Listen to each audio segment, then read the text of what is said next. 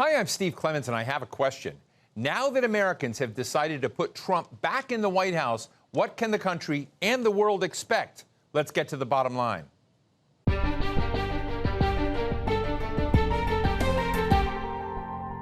Don't call it a comeback. The 45th president of the United States will now be the 47th, but this time he's going to have way more elbow room to work his agenda. With the Republican Party on track to have control of both chambers of Congress, the Democratic Party paints President-elect Donald Trump as a fearmonger and as a fascist. But in his victory speech, he was striking a more unifying tone and promised to put divisions in the rearview mirror. Now the Democrats are going to have to do some soul-searching about what went so wrong for them. Was it the economy? Was it immigration? Was it President Joe Biden's attempt to cling to power when he should have stepped aside earlier? Was it Gaza? Or was it all of the above? So now with Trump back in the White House, what can America expect? And what can the world expect? Today we're talking with economist Jeffrey Sachs, professor at Columbia University, former advisor for the United Nations, and author of several books, including A New Foreign Policy Beyond American Exceptionalism. Jeff, thank you so much for joining us. Look, you've been out there famously saying that neither of the two candidates who just ran for president of the United States met your minimum threshold, but we've seen something very unusual, which is a massive landslide, even popular vote, any way you count, for a former president of the United States, Donald Trump. Would love to get your take. Well, he won a big victory, and I hope that he will do what he says he will do, which is end the war in Ukraine. I hope he will stop the wars that have been going on also in the Middle East, obviously, and the tensions with China. It remains to be seen. Let's see what happens. This was obviously a very big victory. Do you think there's something that's really happened inside the American body politic about forever wars that it was involved in, shame about Gaza, Israel, concern about never-ending wars that we're committed to, perhaps in Russia, Ukraine? What are you feeling right now about Americans and its war problem? We have three crisis zones, and the political system treats them differently. We have the war in Ukraine. By and large, the Democrats have steadfastly supported that war, which I interpret as a war of NATO expansion.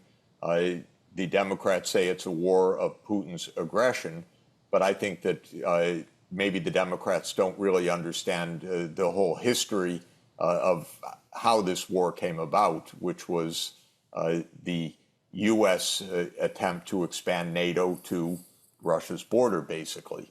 Then we have the war in the Middle East. And on that crisis zone, both the Democrats and the Republicans have fallen all over themselves to say how much they support Israel.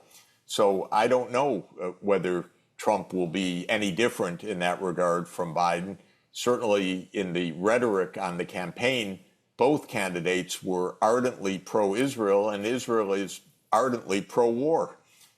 Then when it comes to China, the third area of great tension, the Democrats have been very aggressive, but Trump has also been very aggressive. Now, he seems to say that his toughness with China is on a commercial basis, not on a military basis.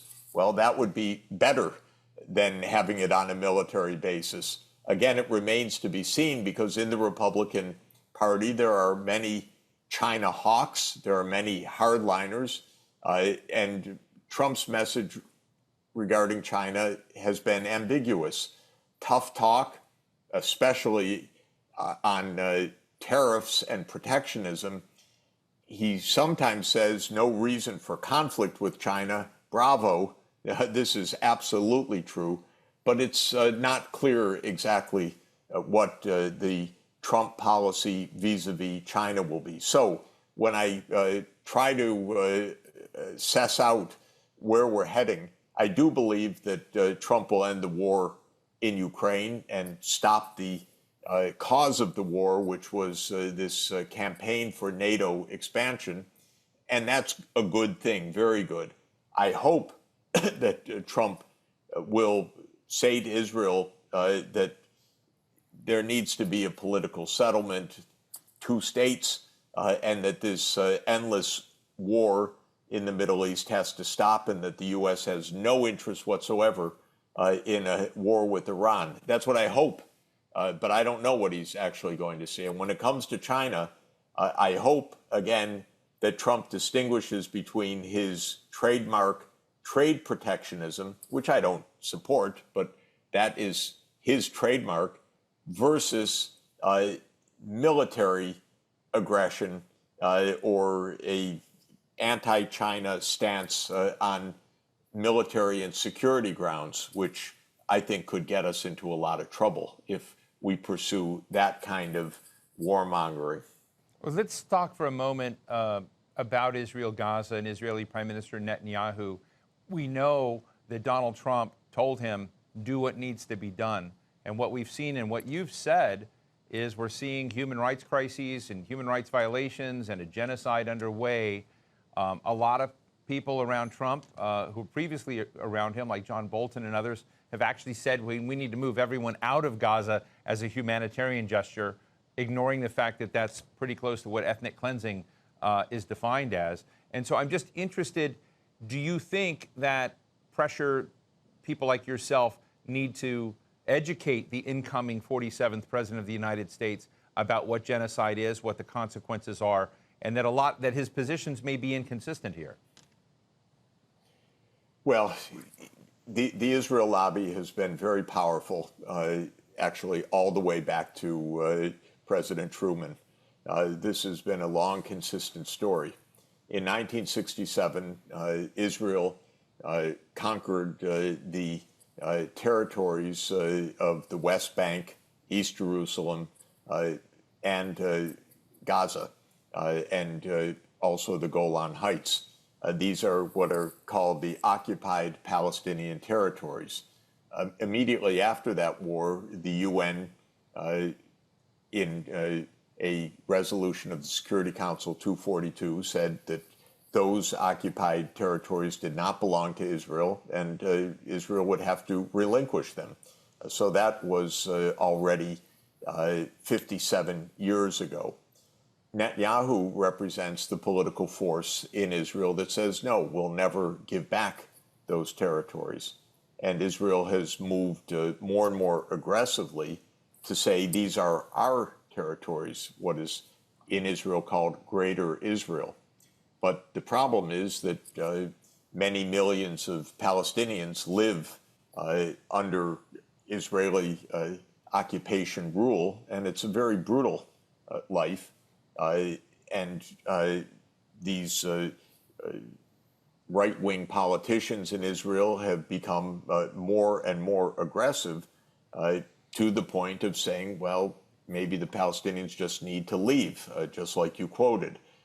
That's not close to ethnic cleansing. That is ethnic cleansing, precisely.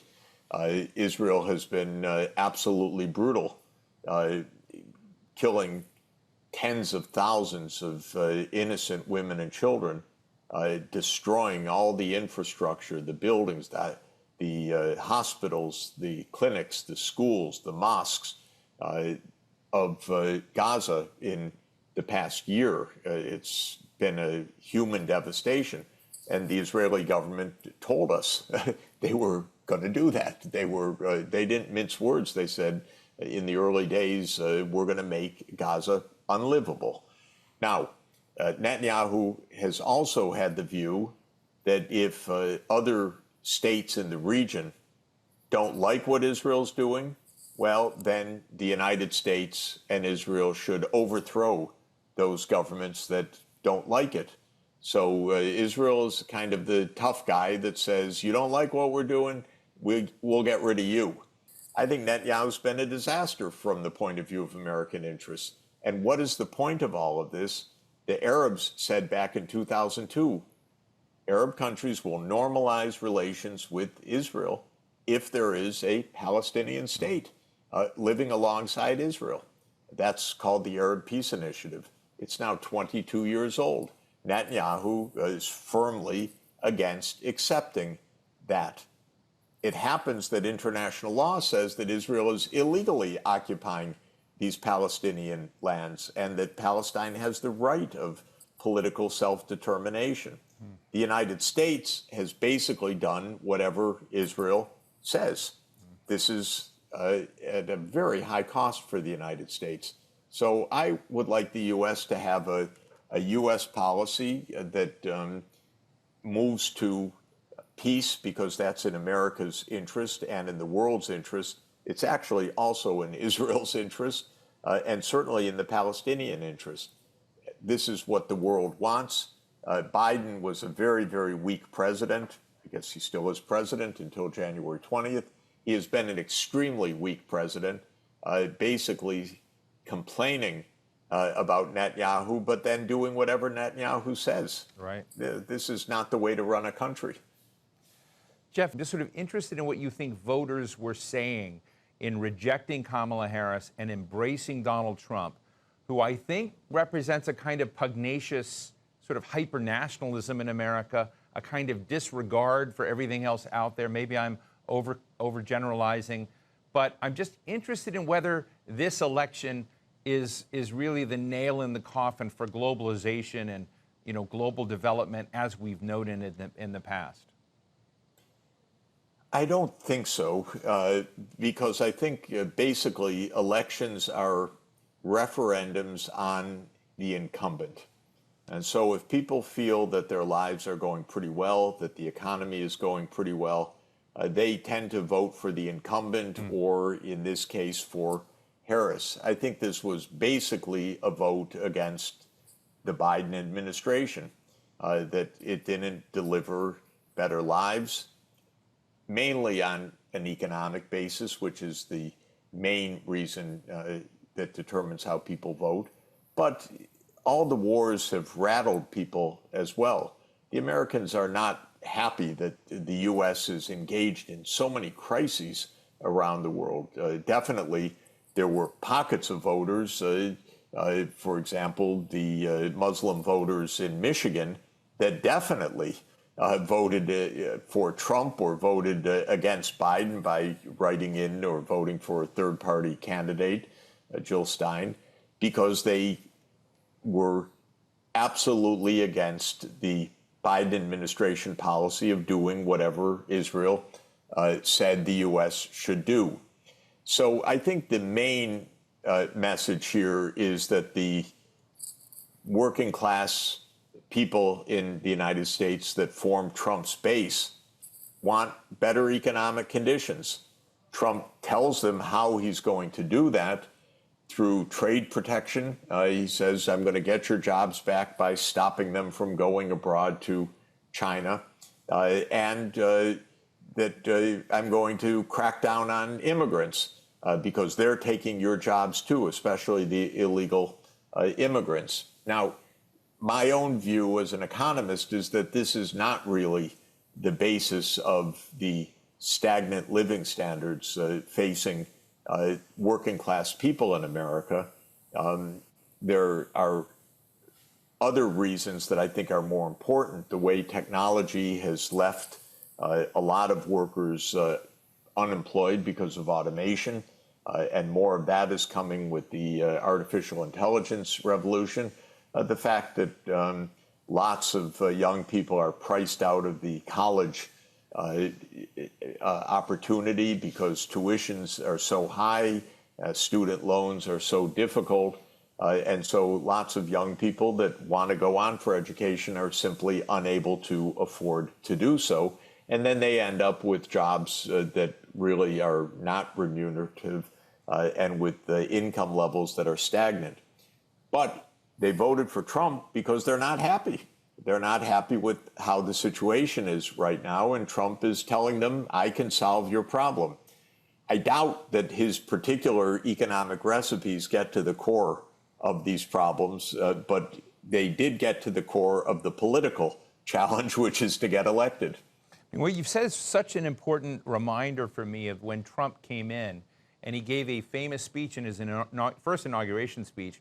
We call it the American Carnage speech. It was a very dark view of these challenges and stresses and dimensions, which you just discussed a bit.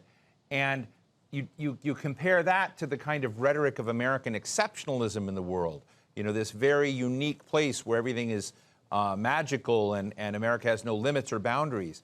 And do you think Americans do see themselves now as a nation in decline, where there's some introspection and some rejection of that hubris? Do you sort of see that in the works? I think there's definitely among American voters a sense, why are we in all these wars? After all, Afghanistan, Iraq, Syria, Libya, Ukraine, it seems nonstop, and it feels that way, and it is trillions and trillions of dollars. And so I think that there's very little support for American foreign policy in the public. Usually people don't vote on the basis of foreign policy, but I think people feel this is not right, it's not working, it's expensive, it's dangerous. Why are we doing this when we have so many problems at home? So I do feel that that is part of the current situation. Now, what will Trump do? It remains to be seen, but I hope that he has advisors and this time picks people who take the course of finding a path to ending these perpetual wars. In his first administration, he ended up hiring a lot of neocons, a lot of warmongers like John Bolton, who did not serve Trump well, in my opinion. I hope he does a better job. I really hope he does a better job. That's an understatement with selecting his team this time. Jeff, are you worried at all about freedom of thought, freedom of expression, what we've seen happen in American universities? You yourself have been trashed, so many efforts underway in a way to try to cancel your voice. I'm just interested, particularly as we discuss not just Palestine, but issue after issue after issue, where academia used to be a safe place where that kind of sometimes avant-garde discussion could take place. I'm just wondering if you're concerned that environment is going to erode more as we go into the Trump years. Well, it is eroded a lot. When the students protested against Israel, I thought they had a very good point. But the universities, most of them across the country, cracked down on the students, including, unfortunately, my own university, Columbia University, where the university leadership called in the police to dismantle a makeshift protest site that the students had, and ended up arresting lots of students, expelling some students, and so forth. I thought that was an absolutely wrong approach. There is a lot of also in the mainstream media, absolutely an unwillingness to treat fairly narratives that run against the official narrative, and this is all during the Biden period. So this has been really a kind of unpleasant period. Now, Trump could absolutely intensify that. It's possible. On the other hand, probably I would say certainly his most powerful backer is Elon Musk. And Elon Musk's trademark, among other things, is that X should be an open platform, and that, as Elon Musk says, he bought Twitter so that he could protect its openness, because Twitter was censoring views and Twitter accounts that were running against the official narrative.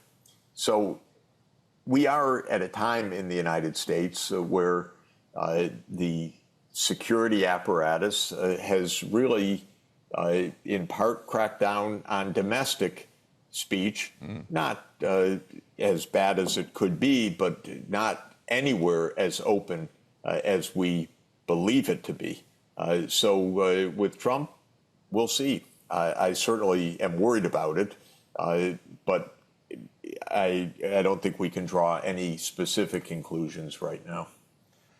Donald Trump has talked about being a dictator on the first day of office.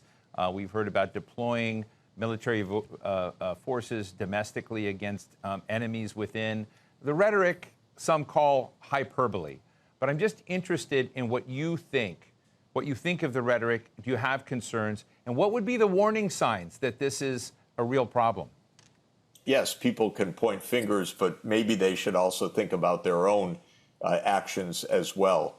We do have a problem in the United States repeatedly at various phases after World War I, after World War II, and more recently, where there's an official narrative, and if you don't subscribe to it, it's viewed as unpatriotic, and tough actions have been taken during the McCarthy period after World War II, in the early 50s, in the Red Scare period, and the Palmer raids after World War I. And I think that there has been a kind of culture of repression of alternative views in recent years. Again, not a brutal crackdown, but also not a commitment to open speech the way we sometimes think. And on Facebook or YouTube, I know lots of people who get a message: your account has violated community standards and we're closing you down, or we're suspending your account. And by the way, without any clarity, without any due process, without any explanation. So it's a different kind of censorship right now because it's the social media platforms that are doing this, but there are a lot of connections between these platforms and the security state apparatus of the United States. So this makes the whole situation delicate. Of course, I hope that Trump will not pursue this, but I am making the point that this is not something that only Trump has engaged in, and that the Biden administration was the great champion of free speech. I would say, no, that has not been the case. Always grateful for your time in these conversations. Economist and Columbia University professor Jeffrey Sachs, thank you so much for being with us today. Absolutely great to be with you. Really a pleasure. Thanks so much. So what's the bottom line? With not only Donald Trump winning the Oval Office, but with his party gaining the Senate and perhaps the House of Representatives, and with conservative control of the Supreme Court, America has essentially elected a king. Let me offer 5 predictions. Number 1, Trump is just not sentimental about America's post-World War II world order, and he's not going to care about the United Nations or the WTO or the International Court of Justice or any of that stuff. Number 2, globalization for globalization's sake is over. Deals are going to be cut based on U.S. interests only. Number 3, American allies are going to have to pay more for U.S. protection, or they're going to be out on their own. Number 4, domestically, he's going to ignore his critics as he rams legislation through Congress. And number 5, he's more likely to use the U.S. military to quell protests at home rather than deploy soldiers to conflicts abroad. All of this is going to feel really great to a lot of Americans at first. But down the road, things will eventually go off the rails. And that's the bottom line.